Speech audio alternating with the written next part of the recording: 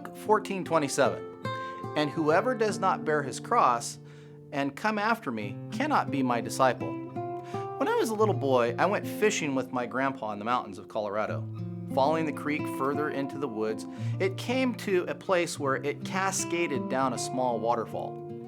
Always wanted to see what was on the other side of the mountain, what was beyond the next valley.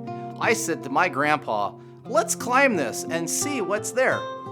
Besides the spirit of adventure, I was also convinced there was better fishing beyond this small impediment. My grandpa said, "No, let's head back to camp." Did I listen? Well, if you guessed no, then you're correct. Going over to the waterfall, I placed my hands in the plants and attempted to climb that wall. The result? My hands burst out into fire. No, not literal fire, but I had pushed my hands into the hillside, which was covered with stinging nettles, something my grandpa understood, but I had not. Why were my hands in agony? Simple. I hadn't listened. I hadn't obeyed. Being a disciple of Jesus is the same thing. In following him, there are things which Jesus tells or shows us regarding what it means to be like him. Simply put, being a disciple or discipleship means being obedient to the lessons placed before us, if we want to have the same character of Jesus. The Greek word mathetes means someone who is seeking to become like their teacher by modifying one's lifestyle to match. In the New Testament, this word and its derivatives are used frequently. It's at the core of the Great Commission in Matthew 28, where Jesus instructs disciples to make disciples by teaching them to obey all things he commanded.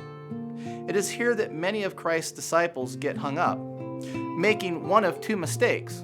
They either become legalists, trusting to their own works of obedience to the law of God for salvation, or they become anarchists, denying that obedience is not necessary at all and that grace alone is sufficient. Yet Jesus says in John 14:15, "If you love me, keep my commandments." Here we find the true sign of discipleship, that of obedience.